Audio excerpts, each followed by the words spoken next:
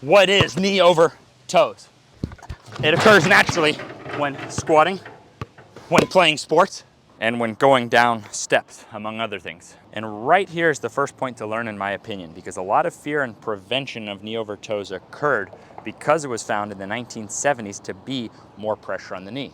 But walking backward, which is knee over toes, has been found to be an effective screening process for elderly not to fall down the stairs. And in Asia, it's been passed on from generation to generation as a method of preventing arthritis.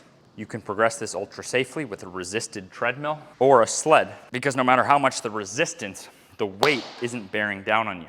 I currently use 5 minutes as the first step of the Kneeability program.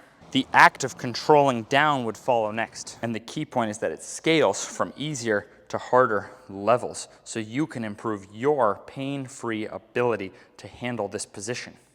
I currently use 2 sets of 20 in Kneeability. You can also work on knee over toes in the bottom position. This scales from assistance to resistance and or from higher to lower front foot. I currently use 3 sets of 10 in Kneeability. Ideally, I would also help you work on a pain-free deep squat. And on these last 3 exercises, I use a variety of foot positions.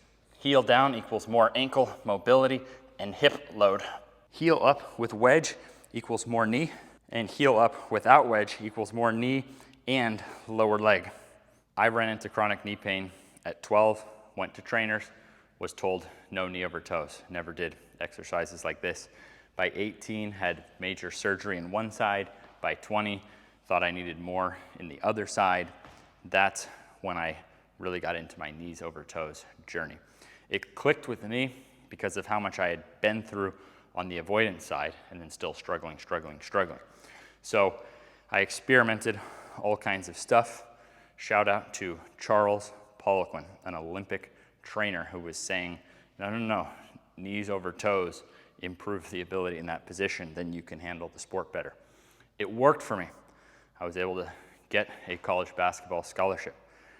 I'm in college, taking tests, having to answer, this is correct, and then anything knee over toes or below 90 degrees, which it's kind of hard to squat down deep without the knee over toe, so it's kind of one and the same. But I'm having to answer that you shouldn't do that, even though research, not in the 70s, but then in the 2000s, 2010s, shows, contrary to commonly voiced concern, that does not increase your chance of injury. In fact, it helps preserve your knee better. It helps prevent lower body injury.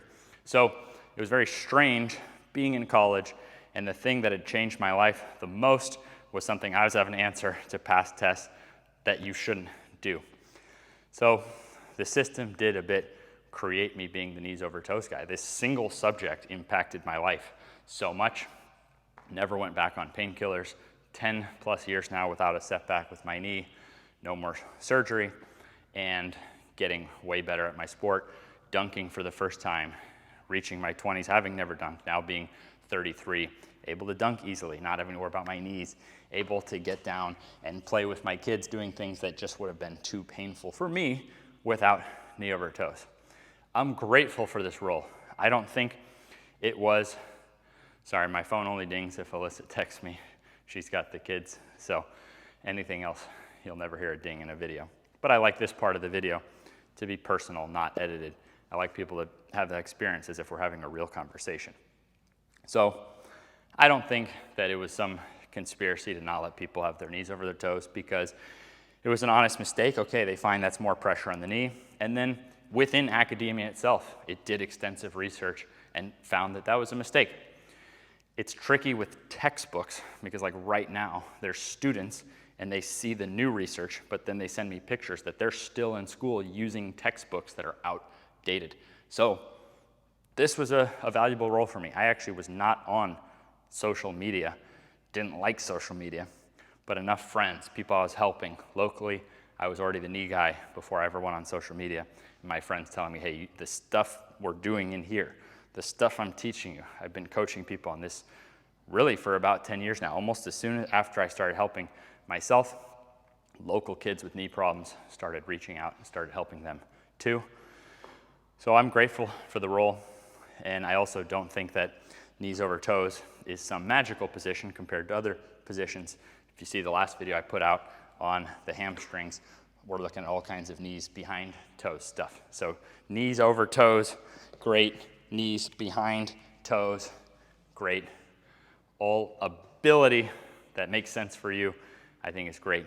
I think you can have way less fear on the body, improve its ability without working through pain in the process. It tends to result in more pain-free ability. Life is still gonna be tough, but I think it'd be way less tough. I think we need way less drugs and surgeries to get by. I think we can have more fun and enjoyment and vigor in the process. So I hope this subject of knees over toes seems simpler to you now, seems less scary when you realize that backward and then stepping down and then getting into just the bottom position at a gentle level and then maybe putting it all together into a squat makes a pretty smooth system. Thank you for watching. As always, I've kept the same price since I went on social media 6 years ago.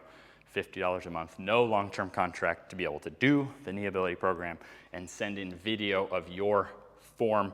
We've got the lowest price I've seen for this, and it's a custom app by one of those original online members who's a genius with the web and the app. So he's made sure it's the least clicks necessary for you to see knee ability, see the form, film yourself, send in your form, master it for yourself. I hope this helps.